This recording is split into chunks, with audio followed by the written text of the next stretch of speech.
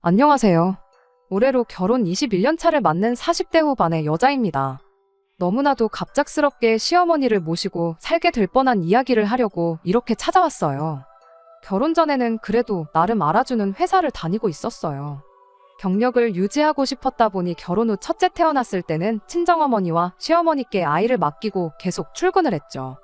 그런데 곧바로 둘째가 생기면서 하는 수 없이 예정일까지만 출근을 하다가 결국 직장을 그만두게 되었습니다.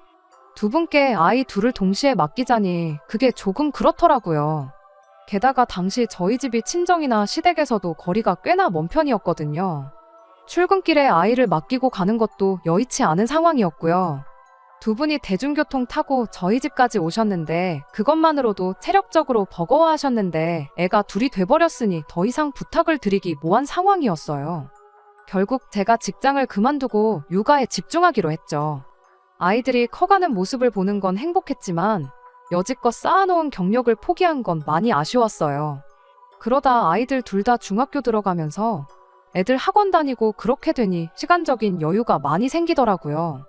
그래서 그때부터 다시 일을 시작해야겠다 결심을 했습니다. 사실 저금도 많았던 데다가 남편 외벌이로 먹고 사는데 아무 지장 없을 정도였고 남편 또한 뭘 이제 와서 몸 힘들게 다시 취직이냐고 하기도 했었어요. 그래도 사람 일이 어떻게 될지 모르는 거잖아요.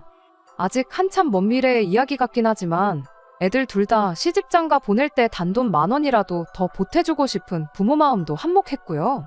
새 직장을 구하면서 경력을 살리면 참 좋겠다 싶었지만 사실 경력 끊긴 지가 10년도 더 넘은 이야기인데 쉬운 게 아니더라고요.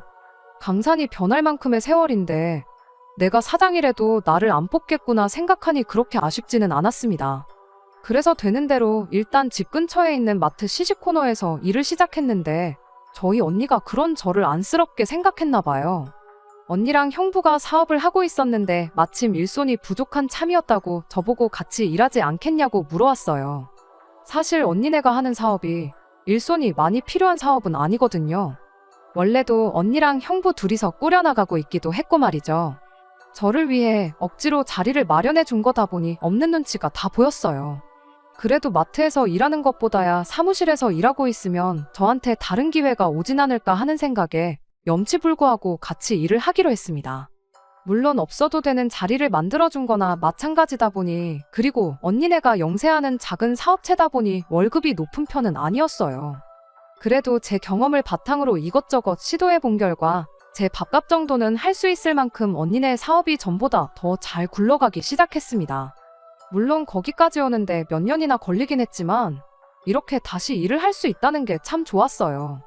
그런데 올해 초에 난데없이 남편이 저한테 직장을 그만두면 어떻겠냐고 물어왔어요. 그때까지는 남편이 왜 그런 말을 꺼냈는지 그 이유를 몰랐습니다. 왜냐고 물었더니 그냥 당신 나이 먹고 고생하는 것 같아 보여서 안쓰럽다는 대답을 했어요. 자기 친구들 마누라 보면 어디 놀러 다니기 바쁜데 자기 벌이가 친구들에 비해서 절대 모자라는 게 아닌데 괜히 마누라 고생시키고 있는 것 같아서 마음이 안 좋다나요. 솔직히 그 말만으로도 기분이 좋았죠. 남편이 나를 이만큼이나 위해주고 걱정해주는데 기분 안 좋을 사람이 어디 있겠나요? 하지만 남편한테는 그 마음만 받겠다고 했습니다. 지금 이렇게 새로운 경력 쌓으면서 일하는 게 너무 행복하다고 전업주부로 살 때보다 100배 1000배 더 즐겁고 언니네 사업도 내가 들어온 다음부터 훨씬 더 잘 되고 있다고 당분간은 이 마음이 바뀔 일은 없을 것 같으니 걱정하지 말라고 했죠. 그런데 알고 보니까 남편이 저한테 직장을 그만두면 좋겠다고 한 게 저를 걱정해줘서가 아니란 것을 알게 되었습니다. 남편이 그 말을 꺼내기 딱 2달 전에 저희 시아버지가 돌아가셨거든요. 아들 입장에서 혼자 된 어머니가 엄청 걱정되었을 거라는 건 이해해요.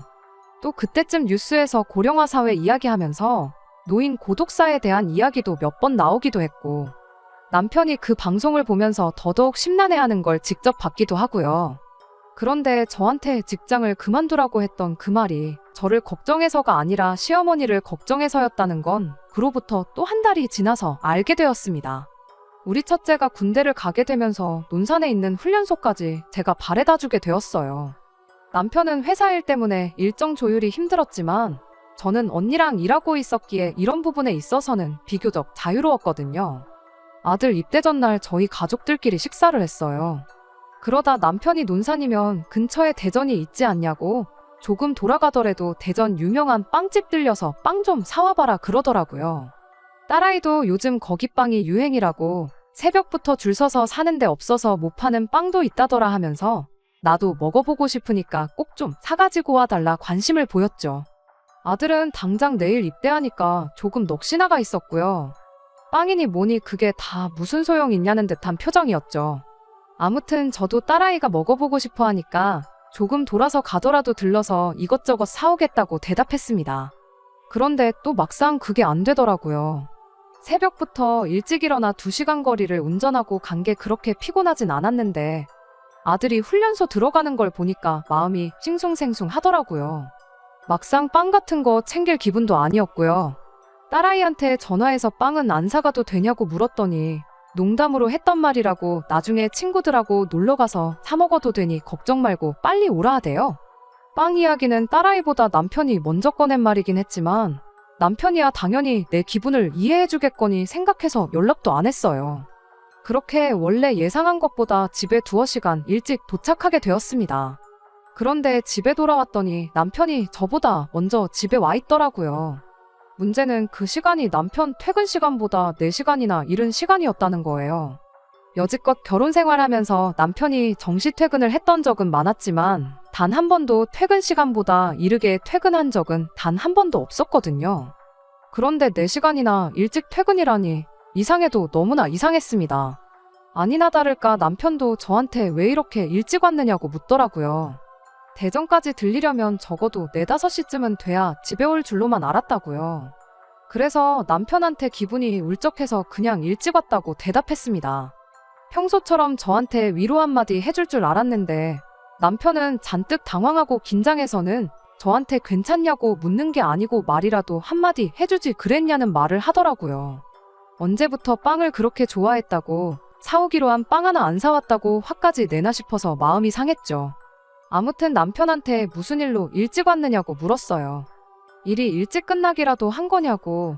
일찍 와도 되는 거였음 다른 날도 아니고 하나밖에 없는 아들 군대 가는 날인데 시간 좀 비워보지 그랬느냐고 한마디 했죠. 남편은 여전히 잔뜩 당황해서는 그런 게 아직 선약이 있다.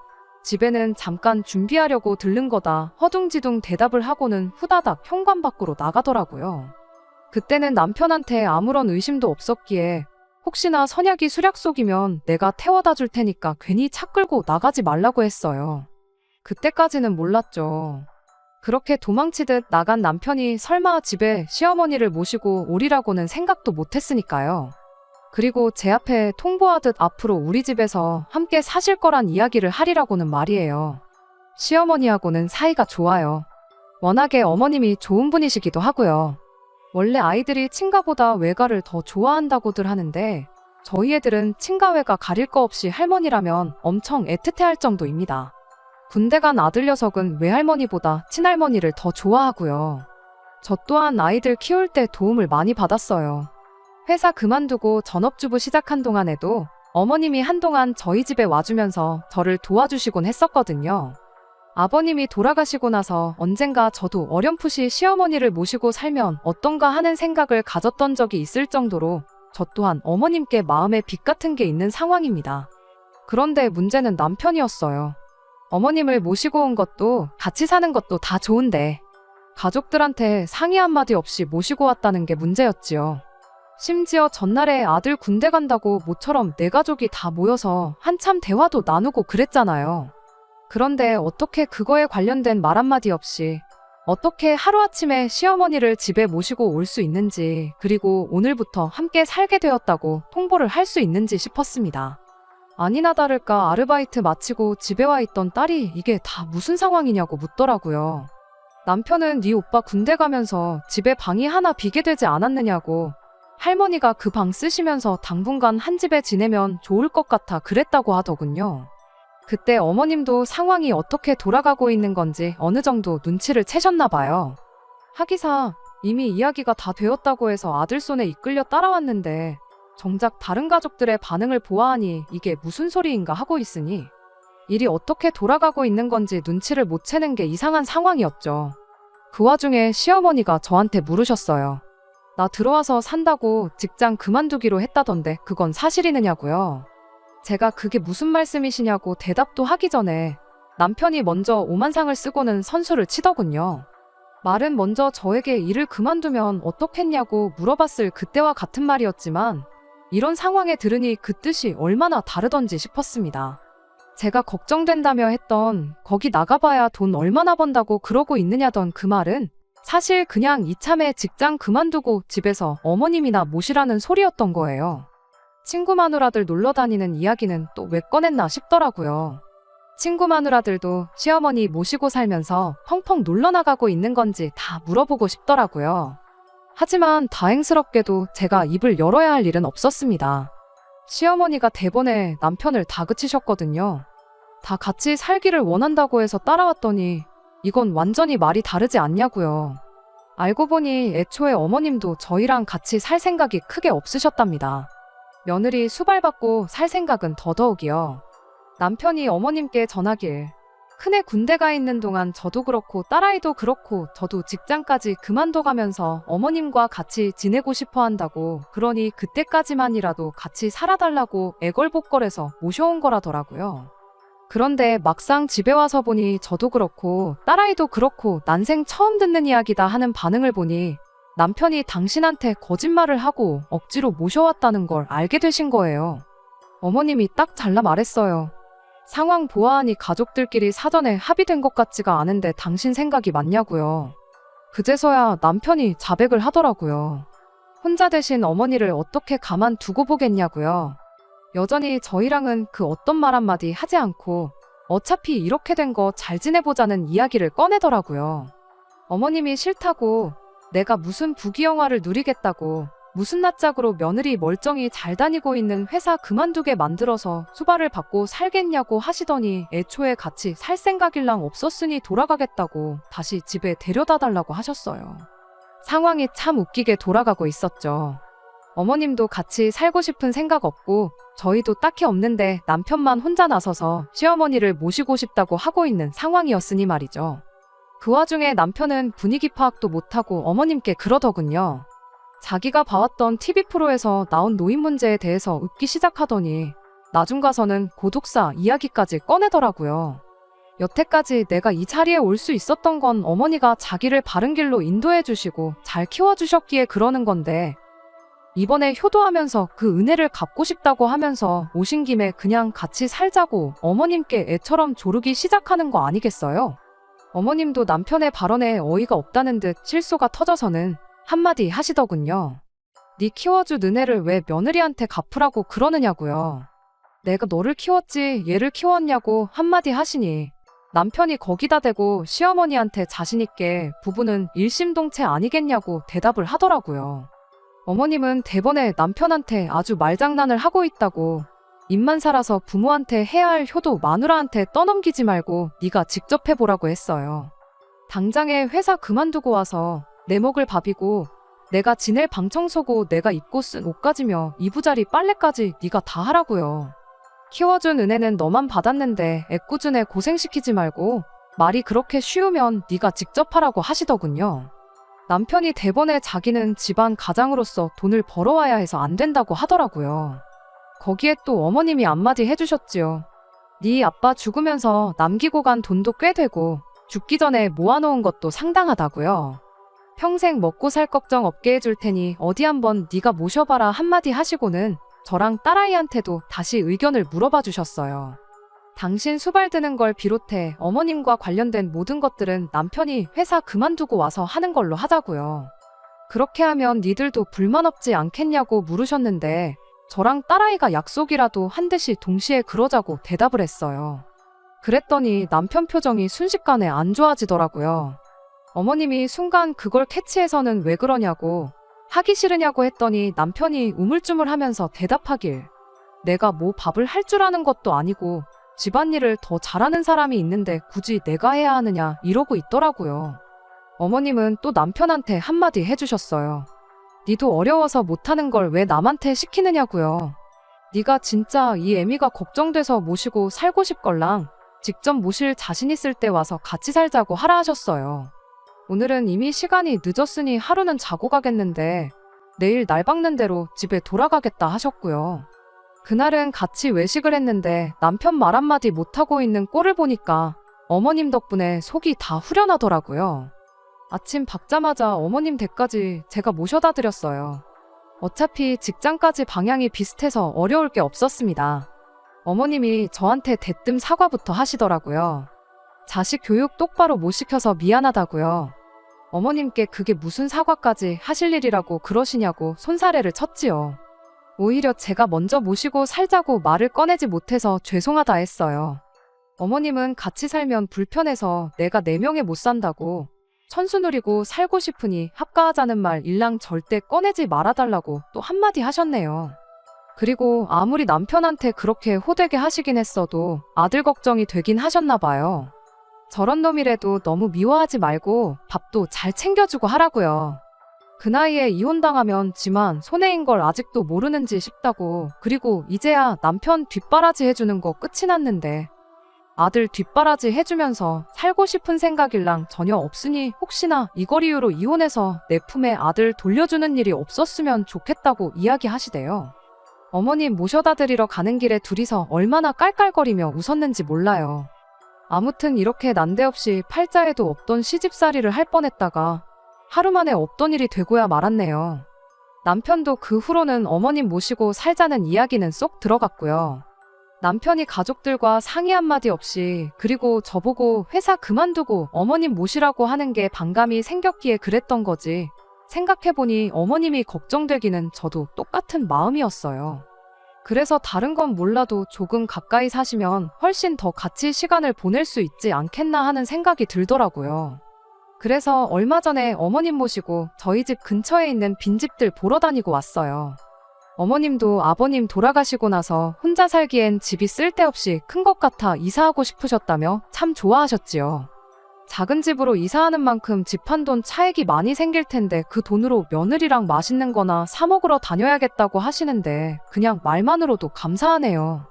여기에 사연 보내시는 분들 중 합가하자는 시어머니 때문에 고생들 하시는 분들이 꽤나 계시던데 저는 합가 생각 없는 시어머니 억지로 합가시키려던 남편 때문에 고생했던 게 돌이켜보니 재미있는 추억이라서 이렇게 사연 보내봤어요. 앞으로도 저희 가족들 이렇게 사이좋게 잘 지냈으면 참 좋겠습니다. 두 번째 사연 시작합니다. 안녕하세요. 결혼한 지 햇수로는 2년 차고 이제 1년 반 지나가는 20대 후반 여성입니다. 작년에 시댁에서 김장날 있었던 이야기를 해보려고 이렇게 제 사연을 적어보내게 되었습니다. 10월에 날씨가 이렇게 따뜻했던 적이 있나 싶어요. 이래가지고 김장이나 할 수 있겠나 싶었죠. 저희 시댁 전통이 11월 오면 무조건 김장을 하는 거였거든요. 그런데 너무 날이 따뜻하면 김치가 빨리 익어서 맛이 없다잖아요. 그래서 얼마 전에 시댁에 전화드렸어요. 날씨가 이래서 11월에 김장이나 하겠냐고요. 그랬더니 시어머니가 그러시더라고요. 올해부터는 김장 안 하기로 했다고요. 왜 갑자기 그러시냐 했더니 저 때문이라고 하시는데 작년 일 기억 안 나냐고 하면서 이런저런 이야기를 해주시는데 이걸 사연으로 적어보면 재미있을 것 같아서 한번 보내보게 되었어요. 다른 건 몰라도 남편이 김치에 대해서만큼은 엄청 깐깐한 편이었어요. 연애할 때부터 어디 식당에만 가면 가장 먼저 하는 게 김치맛부터 보는 거였습니다. 암만 인터넷에 맛집이라고 소문난 그런 곳을 가더라도 김치가 자기 마음에 안 들면 그 식당은 두 번 다시 가지 않을 만큼 김치에 까다로운 사람이었지요. 이따금씩 왜 저러나 싶을 만큼 김치에 대한 사랑이 남다른 남편이었는데 그 이유를 결혼하고 나서 알게 되었어요.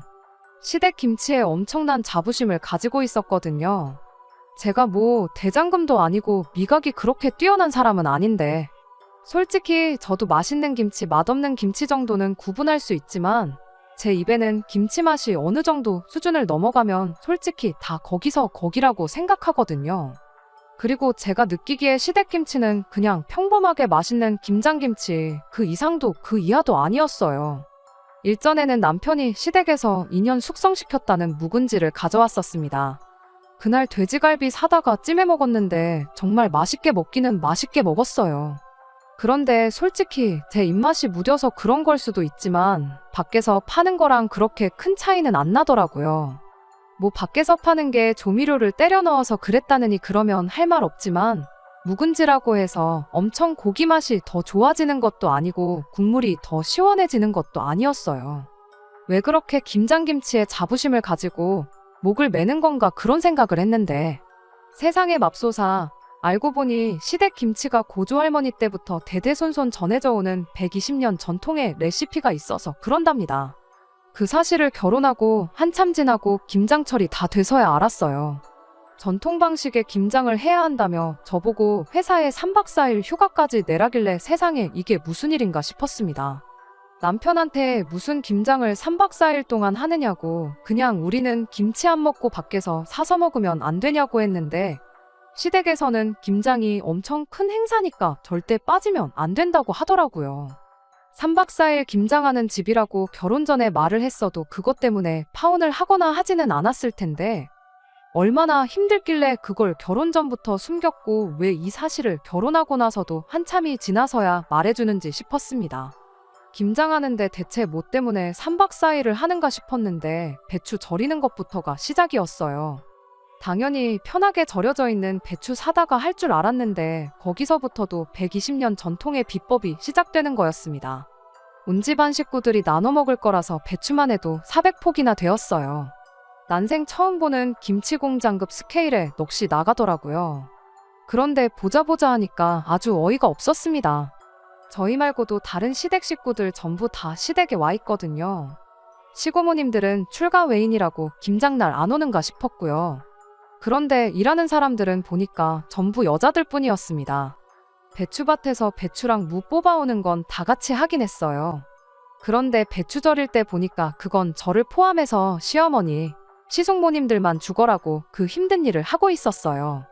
남편은 물론이고 시숙님들 시아버지 또한 도와줄 생각일랑 안 하고 작년에 묻어놓은 김치 꺼내다가 한참 일하고 있는 저희들 옆에서 고기 구워 먹으며 술 먹고 노래하고 떠들고 아주 놀고 있더라고요. 도무지 이해가 안 돼서 이게 무슨 상황인 거냐고 물어봤어요. 왜 힘쓰는 일을 하는데 남자들은 놀고 여자들만 일하고 있냐고요. 그랬더니 어머님이 말하기를 이게 집안 전통이랍니다. 이 집구석 김장 레시피는 대대로 며느리들이 물려받아 왔다고 다음에는 제가 물려받게 되는 거니 처음이라고 해서 대충 할 생각 말고 똑바로 보고 배우라 하시대요. 아니 그런데 도무지 이해가 가지를 않더라고요. 레시피를 며느리들이 이어받는 거야 그렇다 쳐도 배추 절이는데 레시피가 뭐가 필요해요. 김치속이라면 또 모를까. 밑동 갈라놓은 배추에 소금 뿌려서 소금물에 담궈 놓으면 끝나는 거 아니겠어요?